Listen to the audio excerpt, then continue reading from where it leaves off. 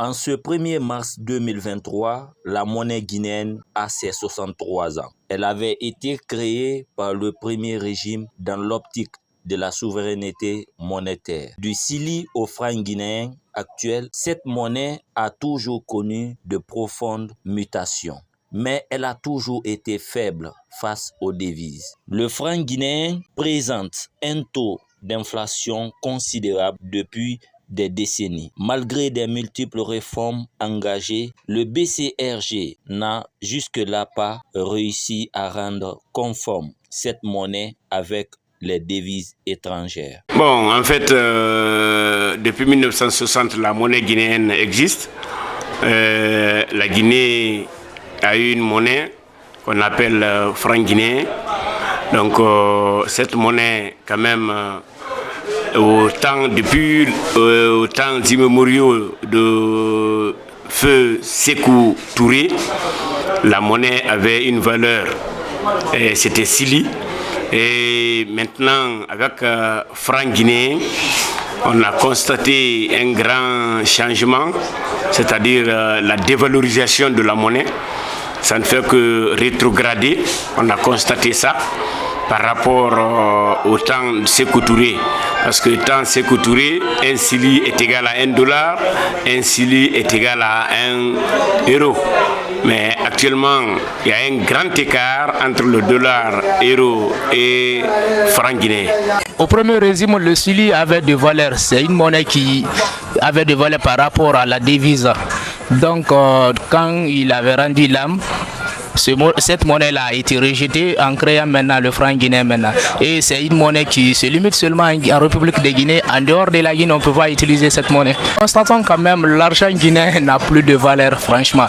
Il faut qu'on se dise la vérité, il n'a plus de valeur. Par contre, d'autres donnent un avis favorable à la monnaie guinéenne.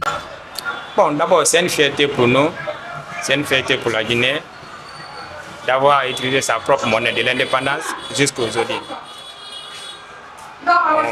On sait bien qu'il y a des difficultés de devises, des échanges des coûts entre les différentes devises, mais le franc guinéen tient toujours. C'est juste ça. Sinon, franchement, on peut se défier avec notre franc. Comme chaque année, les autorités guinéennes promettent de lutter contre l'inflation en la ramenant à son chiffre. Elles parlent également d'une stabilité financière à l'horizon. Mais visiblement, ce combat est loin d'être gagné. Pour M. Diakité, la cause est bien claire. Quand on importe beaucoup, et ce qu'on importe n'est pas acheté en francs guinéens, c'est acheté en euros et en dollars. Donc on sera obligé, la monnaie sera obligée de monter en flèche. Mais si ce que nous produisons, nous consommons ça ici, beaucoup, et non seulement il y a l'importation, mais il y a aussi l'exportation. C'est-à-dire ce que nous produisons, nous exportons, et quand nous exportons, on donne la valeur à l'argent à l'extérieur. Et quand on a besoin même de manger le riz que nous produisons ici, le riz du pays, sa valeur en Guinée est inférieure par rapport à l'extérieur. Et on exporte beaucoup. Et on importe encore.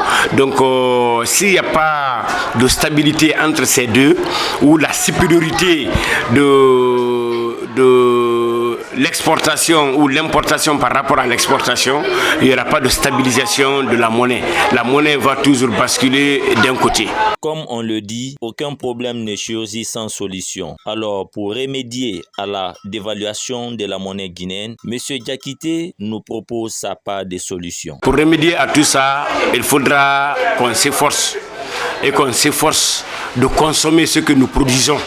Importer ce riz beaucoup en grande quantité, c'est pas bon.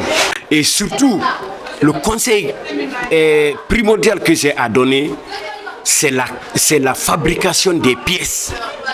Les monnaies en billets, ça dévalorise. Regardez, quand on fait sortir les 1000 francs, les 500 francs, pendant un an, deuxième année seulement, tous ces billets-là sont dévalorisés, déchirés et ils n'ont pas de valeur. C'est-à-dire qu'on n'a pas les possibilités de conserver les billets comme les autres. Les autres, ils ont des porte-monnaies où ils mettent des billets. Et les fonctionnaires, là où ils mettent des billets. Mais en Guinée, vous allez au marché, vous trouverez que des femmes vendeuses plient de l'argent comme des chiffons. Donc ça dévalorise, ça détruit la monnaie. Et quand on fait beaucoup de pièces de 25 francs, de 50 francs, de 500 francs, de 1000 francs, s'il le faut même de 2000 francs en pièces, vraiment ça va donner beaucoup de valeur à la monnaie guinéenne. Moi, c'est ça que je demande à l'État, franchement, de produire beaucoup de pièces, et à partir de la fin du mois, on paye les fonctionnaires la moitié de leur salaire en pièces, et parce que c'est les fonctionnaires qui ravitaillent le marché.